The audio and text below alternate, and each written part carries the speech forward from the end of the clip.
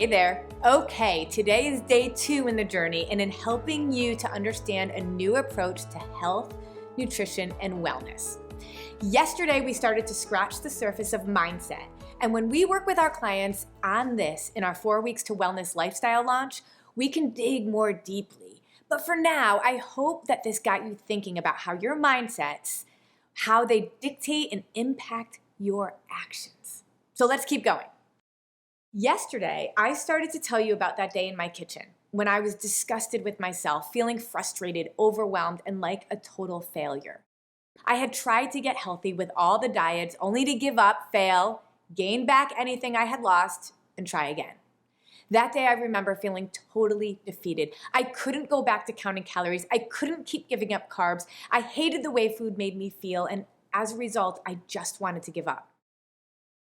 So today we're going to reflect on our own practices and dig into why we have been sucked into the dieting craze for all these years and why they have failed you. Spoiler alert, it's not you, it's them. That's right, you are going to learn exactly why diets are designed to fail you, and it is so crazy once you learn it. Okay, so truth be told, diets don't work for the long term, and very likely little things that you think are healthy habits may actually be sabotaging your goals. Dieting is one of the worst things we can do for our bodies. But first, let's get on the same page about what dieting actually is. Diets are always about deprivation. They have convinced us to believe that if you simply take in less calories than you burn, or if you stop eating a nutrient like carbohydrates, you will lose weight. If you have ever counted a calorie or a point, if you've ever fasted or went on a no-carb diet, you know what I'm talking about. But here's the thing, it will work in the short term. That's why you have seen diets work at some point in your life.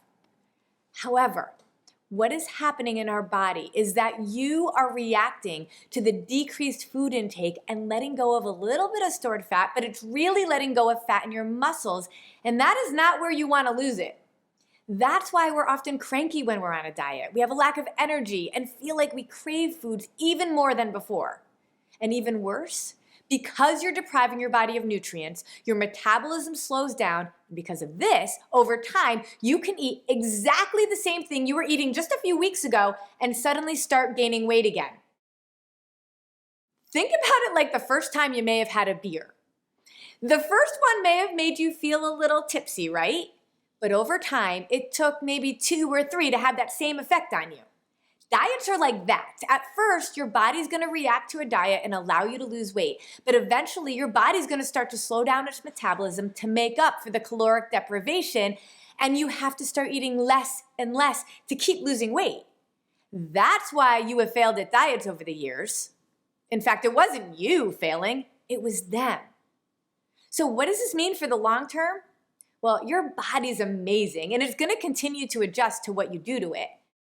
But the more inconsistent that you are with your body, the more it has to adjust, thus increasing the potential to a variety of long-term health implications like obesity, heart disease, liver issues, diabetes, dementia, depression, and more. So why do we keep going back to them, trying new things over and over? Because we have been made to think that when a diet doesn't work for the long term, it's because we failed it. And if we just had more willpower, if we could have been having more control, we could have been successful. So we keep going back for more, thinking this time I'm going to do better. This time I'm going to see better results. I'm going to have more willpower. I mean, if you lost 30 pounds of dieting before, surely it was your fault and you gained it all back because you did it wrong. And you just have to get back on the wagon, right? Wrong. Because of what you're doing to your body by depriving it with a diet, it will always adjust by slowing down your metabolism and storing food when you do feed it because it doesn't trust you. It's just like any other relationship. It takes a long time to build trust, and yet breaking it can happen in an instant. Be honest, how consistent have you been with your body and your nutrition over the years? If you're like me and most of my clients, you have been inconsistent more often than consistent. And the key is to build back that trust so your body ends up saying, I know she's going to feed me what I need, when I need, and in the right amount, so I can just take what I need and burn off the rest. How awesome would that be? But how long does it take to build that trust back with your body? Well, everyone's different, and it depends how long you've had that inconsistent relationship with it, how slow your metabolism might be as a result, as well as factors like your age and hormones and things like that. But there are certain things that you can do to get started with the right foundation to ensure that you're building trust on strong, solid ground. This is what we call the lifestyle launch. More on that to come, but today, your understanding of why diets fail is pivotal in this process. Because you have to trust that the approach that we'll teach you, the concept of using food as fuel, will be what you need. It's not a diet, so it may not react like a diet, which is quick weight loss at first only to gain it all back later. But the more you know about why diets fail, the less apt you will be to go back on one, and that is huge.